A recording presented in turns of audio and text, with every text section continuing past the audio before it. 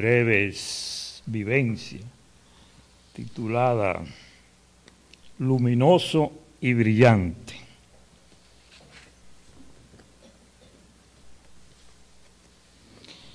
En compañía de un gran amigo y poeta, tuve la oportunidad de visitar el estudio del artista Pedro Gris.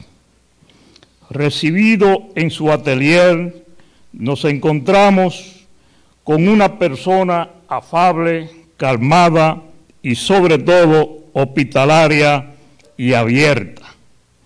De manera inmediata comencé a observar las paredes, en los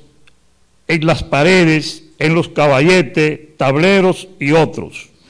Un conjunto de obras, dibujos, bocetos que seducían mi vista y provocaban un interés marcado de explorar aquella enorme cantidad de trabajos artísticos que mostraban a un autor de gran creatividad y labor permanente.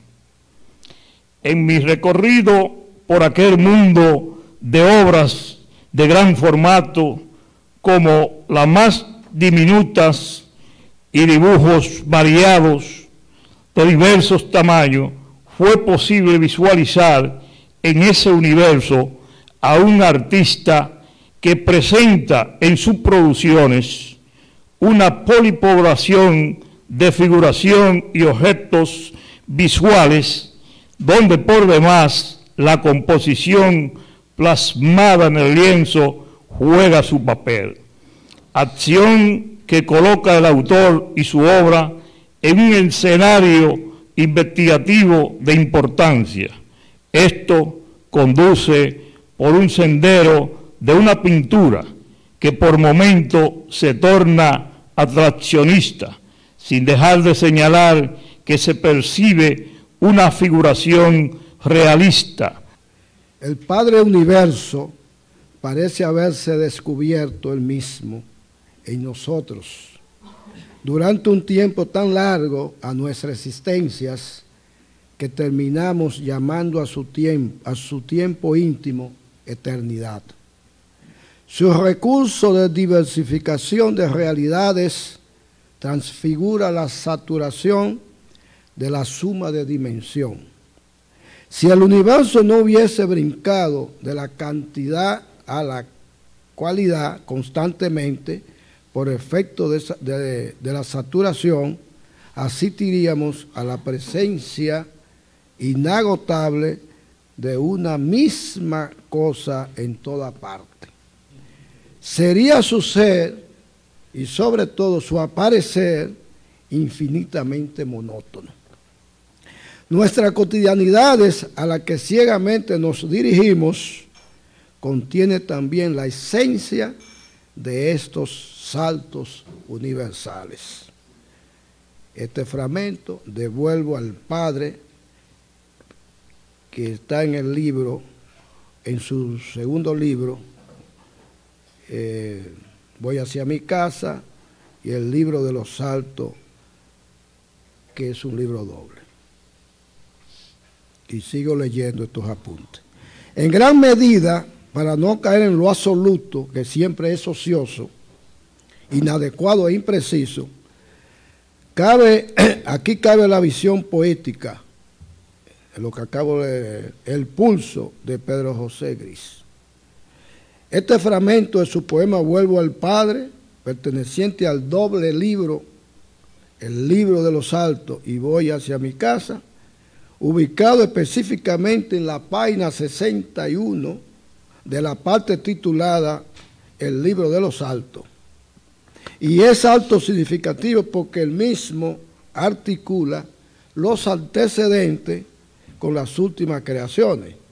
Nos referimos a las voces de 1982, donde perviven Oda al Padre y otros poemas que indagan la condición humana más allá de la materia, y el último poema donde reafirma y ensancha esta actitud poética. Nos referimos al aniversario La nostalgia no tiene territorio, publicado en febrero de 1913. Ahora, esta noche aquí en Santiago, de todos nosotros, celebramos una vez más la existencia del aniversario. Un libro que nos toca directamente el corazón y la memoria, pues, sin dejar de ser una sostenida reflexión del hombre y del mundo que nos corresponde por ser parte del mundo, es a la vez un homenaje a una persona que queríamos verdaderamente. Se trata de Nelson Minaya, que Manuel acaba de ubicar perfectamente a través de aniversario. Yo me alegro que simplemente añado a esa exposición de Manuel lo siguiente. De esta manera nos muestra en el libro Aniversario el poeta Pedro a nuestro amigo. Y leo este fragmento del libro, que es esencialmente ilustrativo y plástico. El Romanov, fragmento 3. De todas maneras, dice Pedro, percibo en mí la necesidad, la impertinencia, diría de preguntar por quiénes éramos, porque ahora él está muerto, y yo tocándolo con el pensamiento. Debo ser cuidadoso al hablar de la verdad de un maestro fallecido. Le debo respeto y agradecimiento a este genio que deliberadamente se negó a testimoniar su genialidad con obras escritas. Temo traicionarme en su recuerdo, semejante a Sócrates, y como Sócrates era oral, homoerótico, transparente, socrático y presocrático a la vez. Pretendía con el griego hacer congruentes interior y exterior, procurando la fusión en frío de las formas con la forma mayúscula. Aquella que reivindicara su voz, contemplativo a tiempo completo, de mirada arcaica y originaria. Los rostros de las islas de Pascuas lo perturbaban. Dedicó a esta presencia condenadas o fascinadas por el mar uno de sus poemas esenciales.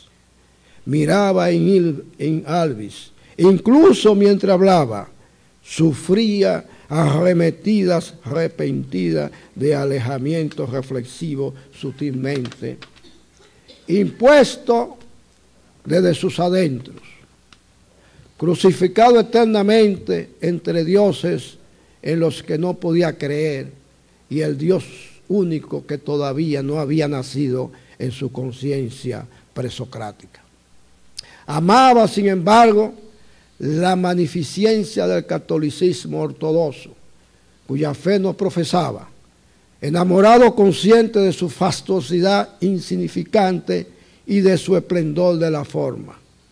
Defendía con cierta ironía, dada su portentosa autoconciencia, el más rancio y vacío conservadurismo de la Iglesia de Roma, y pretendía que misas y letanía se volvieran a recitar en el latín canónico, originario, solo para disfrutar de sus sonidos vetustos y evocar la musicalidad de las esferas. Pero no rezaba en ninguna lengua, ni concebía al final la providencia. El Romanov resultaba apelativo, grato a sus oídos. También último zar de Rusia, ante el cual sonreía como un bendito. Hasta aquí este retrato extraordinario que Pedro ha hecho de nuestro amigo Ido, y que en esta noche, en cierto modo, con él le rendimos homenaje y memoria. Continúo con los apuntes. Ante la obra de estos poetas que cito, entrañables, amigo mío, compañero de trecho, Cayo Claudio Espinal y Pedro José Gris, siempre me remiten a estas cuestiones intrínsecas del acto poético. El concepto de modificación del uso lingüístico, primera ley de la poesía, y me conduce igualmente al armazón de significaciones que posee necesariamente toda obra que se considere creación. Me refiero en estos términos al mundo de las verosimilitudes y al mundo de las verdades. Y esto yo lo trato en estas dos cuestiones. Primera cuestión. Toda obra creativa, y aquí anclamos en la poesía, responde a un esfuerzo que se inicia con el pensar, el cual se muestra generalmente en intuiciones, en visiones, y que se asienta definitivamente en una expresión que se antepone a todas las anteriores, en procura de una nueva forma de ver y sentir de acuerdo a las circunstancias epocales, las que en el fondo constituyen las esencias de una época, las que son testimoniadas precisamente por aquellas personas que dentro de la misma individualidades están en condiciones de asumirlas y transmitirlas por los otros, o en nombre de los otros. Una obra de creación, como hablamos de poesía, es el resultado de las modificaciones de todos los elementos constitutivos del género específico. Crear igualmente significa la existencia de una nueva retórica que necesariamente parte y se opone al mismo tiempo de las retóricas anteriores. De ahí el esfuerzo que exige el crear. Y cito estos versos de Pedro. Toda la realidad está poblada de gente muerta, disuelta, y de cosas vivas que han sido antes de nosotros. Algunos espíritus intensos miran por nuestros ojos. La luz arqueada por la gravedad de lo que amamos. Esto está tomado del poemario Lo que hemos llegado a ser en el amor de aniversario. Segunda y última cuestión, también breve. Bien sabemos que la poesía responde, sí, muy breve, para que no se canse. Después yo amplío los apuntes, pues se lo debo a Pedro. Bien sabemos que la poesía responde dentro del ámbito de la comunicación al mundo de las verosimilitudes. Remite al mundo imaginario. La poesía no trabaja con verdades, sino con verosimilitudes, es decir, con posibilidades. El mundo de las verdades, con las naturales restricciones, déjeme seguir aquí, pertenecen a la ciencia y a la didáctica. La exactitud es condición intrínseca del lenguaje discursivo, supuestamente. La ambigüedad, por su parte, del expresivo. Ahora, esa ambigüedad, para que sea, requiere de una exactitud y precisión bien especial. Lo justo provoca lo ambiguo, lo multívoco. Y dentro de esa ambigüedad, del mundo de lo verosímil, viven, palpitan las verdades poéticas.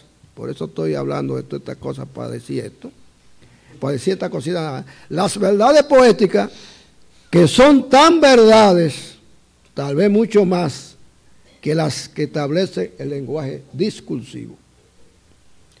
La literatura, y en ella la poesía de manera especial y específica, no solo constituye una construcción del lenguaje, y eso sí es lenguaje, pero igualmente es un almacén de contenidos, de ideas, las epocales y las de siempre, las fundadoras, las que están en la naturaleza desde el primer soplo de la creación. Y un poeta, como el caso que estamos aquí viendo, es quien pone sobre la superficie lo que siempre estuvo ahí en la más pura naturaleza, la exterior al hombre y la muy propia. Y Pedro José Gris, que es lo que yo quiero llegar después de todo eso, desde su primer poema, Las Voces, fue tras esas verdades que existen sobre la dimensión visible del mundo y las dimensiones del mismo mundo, de los mismos mundos que paralelo a lo visible existe y sucede en tiempo y espacio. Y leo un fragmento de aniversario. La memoria es esencia en lo viviente. Cartas al mar, depósito indefinido, vidas privadas, expiraciones esparcidas por la chiripa. Lo que ha vivido, por lo que has madurado, se perderá contigo en porroteos y significará en ti al final la extinción. De modo, finalmente, ya este es un fragmento de aniversario esencial, y para que usted no se canse y terminemos, yo por lo menos, quería decir esto finalmente. Estos apuntes tienen un único propósito, advertir que en estos versos la poesía palpita y con ella otra sustancia que le es inherente, la de desvelar las verdades debidas, advertidas y reiteradas por el siempre Luis Cernuda, y que Pedro, como todos los que hemos hecho la vida en la palabra, también creemos y asumimos como nuestra. Muchas gracias. Buen aniversario